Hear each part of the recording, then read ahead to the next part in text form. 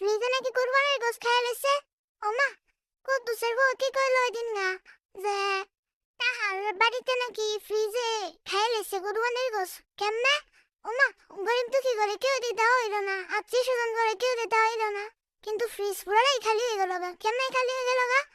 ওমা, এটাই তো সবচেয়ে বড় কথা, খালি দেওয়া হইলো কেমনে? এটা চিন্তা করতে করতে ভয় দেয়। ওমা, ফ্রিজে খালি দিয়ে পানি পড়ে পানি পড়ে। ও তো নে কুরবানির গোস নি আবার হয়ে গেছে গা, পানি হয়ে আবার পড়ে দিতেছে গা ফ্রিজেতে সব।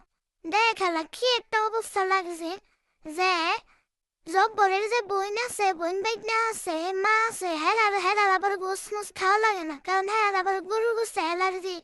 তো আর খিতে করা দিত তো হেরার কুরবানির গোস খায় না, কারণ হেরার তো অ্যালার্জি সমস্যা আছে।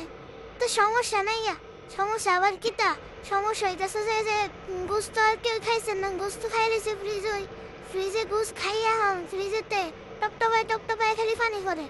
এখন ওরা কি আর করার, কিচ্ছুই করার নাই। নাও লও মুরগি দিয়া পরে সব বলবো মুরগি আনাইছে, মুরগি আনায়া পরে মনে করে নেই বিরিয়ানির আইটেম চলতেছে আর কি। এখন কি রান্না হইতেছে, এটা মুরগির বিরিয়ানি হইতেছে আর কি।